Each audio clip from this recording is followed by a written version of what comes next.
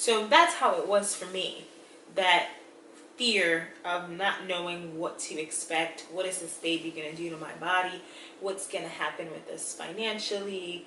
But I think after the shock wore off, then I realized this is a product of our love. And it's funny because we've gone through that every time. Yeah, every time it's been like oh my gosh, I can't believe this. And then it's like, Tyler, I hate you. Yeah.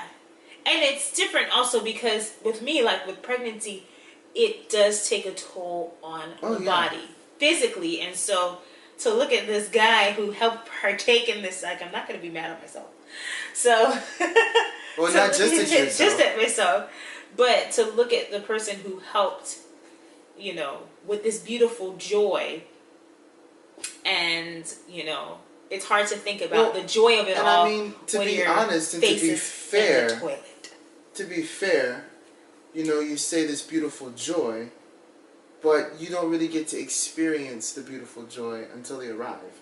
So it's not like, you know, you do have this anticipation, you know, this expectation for this little thing that you're going to hold, but you really don't know what it's going to be like your first time as a parent.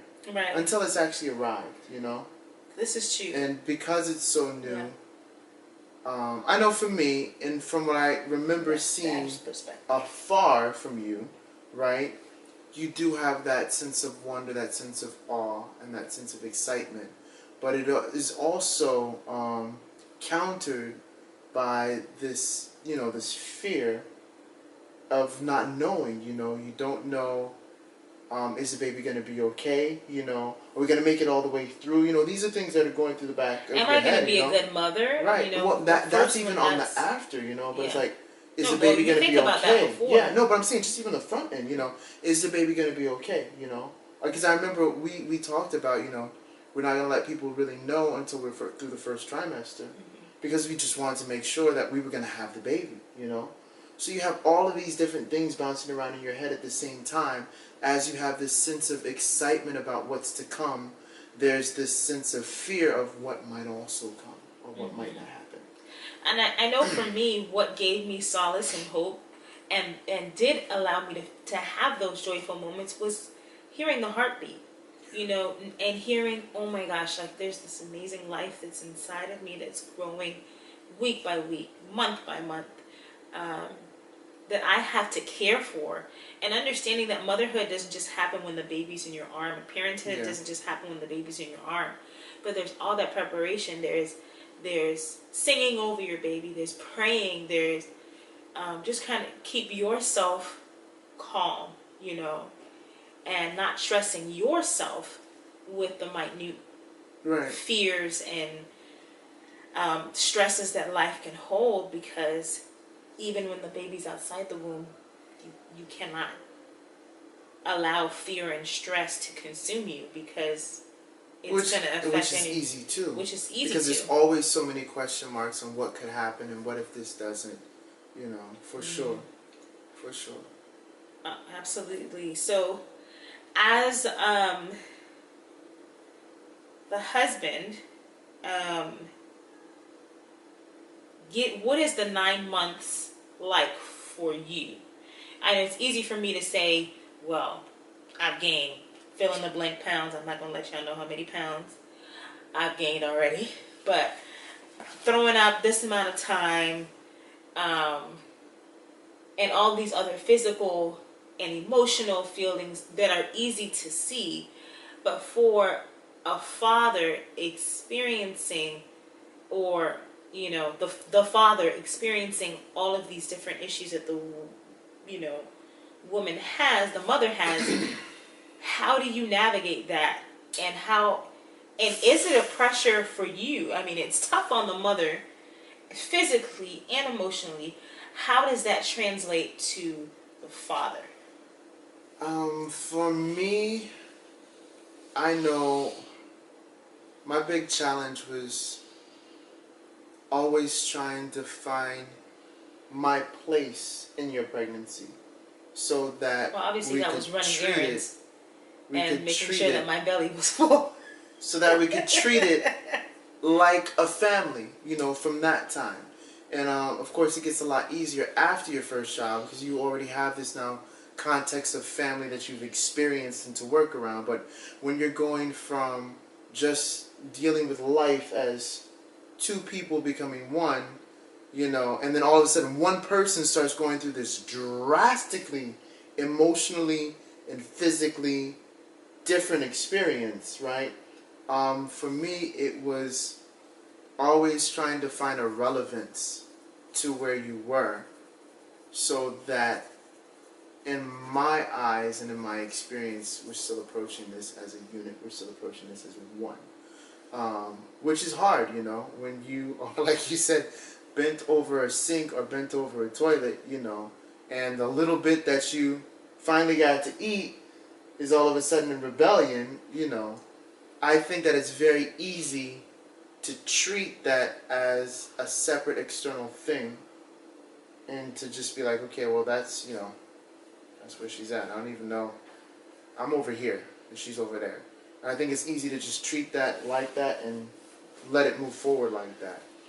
But my thing was always just trying to find, like I said, find my place, you know, if it's just rubbing the back while all of this stuff is coming back, you know.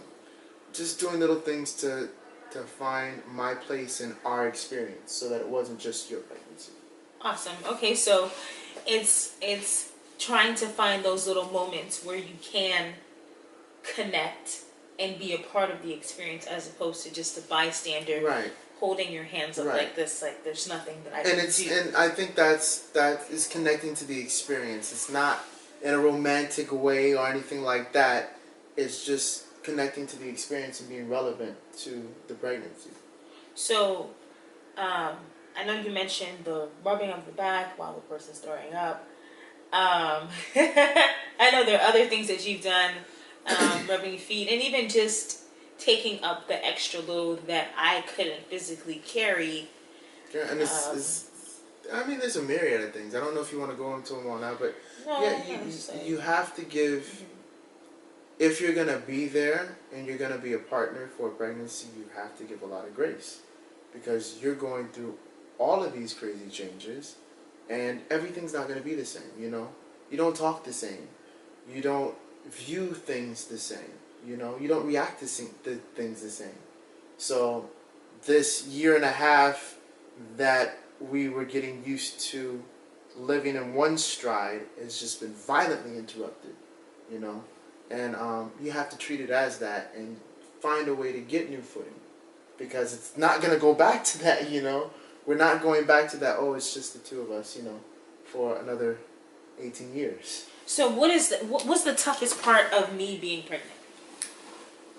What was like oh my gosh, I really cannot wait until this is over. I don't know if I want to hear this. I'll post this in a separate video, okay? No, I don't think there's any one thing. You know, I think it's just learning to have new footing for all the little things. You know, like, it can be frustrating that, and I always have to check myself every pregnancy in terms of food, right? Because, you know, one day you eat something, it goes excellent, you know? And the next day, you take 2 bites, and you're like, oh, I'm through dealing with life. You know, I don't want this anymore. You know? And so, even little things like, okay, we're going to try this. So I make a certain amount because we're used to trying to feed people throughout the week. So, you know, we want to make 3 meals and have that carry everybody through the week. But you can't do that. You know, and if you try and do that, it's just really frustrating because you have a fridge full of food that only one person in the house can eat. And after eating it for 3 days straight, you just chuck it out because, you know, you have another 3 days of food for the next meal that you tried behind that. So I don't think it's any one thing that was just like, okay, you know what, Kellyanne, I think it was just navigating all the little things on top of just the normal frustrations in a married relationship. You know, there's things that you do that I just, they're little annoyances and little ticks, And so those things don't Vice go away versa. during a pregnancy either, So it's just compounded. So, yeah, and it's just, it's like I said, it's a lot of grace. It's giving yourself, when you overreact and when you're just like, okay, you know what? I'm not thinking about this from the wide angle. When you're doing that, it's taking a step back, giving grace for yourself to be like, okay, you know what? You're not handling it right now. Let's zoom out a little bit and see what we can do, and giving your spouse, your partner, grace for just being pregnant, because it's crazy. I can only imagine it's crazy. From this vantage point, it's extremely crazy. But there are ways that dads can fit in, and like you said, I think the extending grace is important. You know, and being there. I'm not saying be a this waiter. This would be possible without the dad. So to me, it's really irrational and really illogical to think that you this have is your no thing, part, right? Because this wouldn't be possible without you. And this is the start of something new. So if you just initiated something to start something new and you just exit yourself out, it's very counterproductive. Mm-hmm. But I mean, a lot of people do it, and it's very easy to do. But if you really think about it, it's very counterproductive. But it's very easy to do because it's a lot to deal with. And it's a lot for you to deal with, and it's a lot for us to deal with you, and to deal with the rest of the world just spinning as it is. So. Multi-layered for sure. I hope I answered the question. So dad's feeling throughout the process is sometimes kind of that, how do I fit in? Why am I even here? It's yeah. Like your feelings. There's so many things. It's a lot. Sometimes it's okay. Where do I fit in? And then sometimes after you fit in, after you find out where you fit in, then sometimes it's just staying engaged. It's because you know what? I don't want to do this. I know exactly where I fit in. And I don't want to fit there anymore. I don't want to do this. I'm tired of it. Give an example. Even things like giving grace. Like, okay, you know what? She gets tired a lot faster now. When she gets tired, she gets cranky. She gets cranky, I get frustrated. I don't want to deal with it. So once you find your spot, you're responsible for it. And it's like, okay, well, you know what? I did this 50 times before. This is 51. I'm fed up. But I know I did this 50 times before. I know I can do it one more time. I don't want to. And at that point, it's just, it's staying engaged. It's submitting to your role and what's happening. And being like, okay, here we go again. And, going through it again. So sometimes it's like, okay, where do I fit? Sometimes it's like, okay, I gotta stay fitting. And then it's just a myriad of things, as I'm sure it is with you. It's not any one simple perspective. Dads, let's go. This is it. This is the game plan. It's a constantly shifting environment. So. And everyone's adapting. Yeah. And then once the baby comes, it's a brand new set of adapting, and it's a whole nother shifting environment. So I think if you approach the process and much of life like that, I think it makes it a lot easier. As opposed to saying, okay, I have this perfect picture, and then everything that goes against that picture now does violence to my happiness and my perspective on what life is supposed to be. Life is always changing, And if you live from that perspective, it's a lot easier to navigate because that's the truth and the reality of it. Mm-hmm. Even, things change during the pregnancy. Your first trimester is different from your second trimester, which is different from your third trimester. So even within that one reality of just being pregnant, there's constant changes. Awesome. How does a dad feel when they're in the room, when they're doing how do you guys fit in? And I think that's the question throughout the whole process. We know you're there in conception. You're there and throughout the 9-month period. And then the birth comes, and then I think the birth is at hand, you're saying. The birth is at hand. Okay. And you're still a part of the process. But how? And I think I can already gauge where you're going to go with it, because it's kind of the same. Yeah. The same thing. You just gotta, whether you're holding a leg up. Yeah. or rubbing a back or setting the atmosphere with music. At that point, it's an extension of what's been happening for the previous 9 months. But I think the perspective changes because at this point it's like, okay, it's go time. We're here. This thing is happening. Let's go. And so everything kind of shifts and is driven from that perspective. So yeah, I'm holding a foot here, putting the music on here. But why? Because this thing is coming, and it's coming now. So I think the intensity and the expectation level changes because it's at hand, it's present, it's almost tangible. So a lot of the actions are the same, and the heart behind the actions are the same. But you're looking forward to that moment when you get to see this thing, and hold this thing in your hand.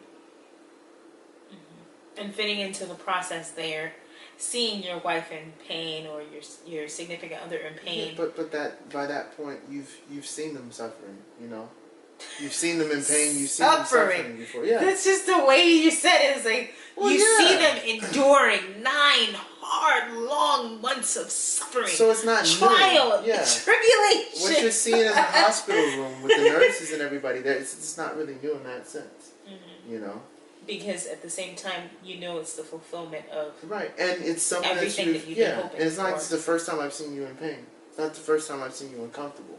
It's not the first time I've seen you in a hospital even, or, around doctors or anything like that. So.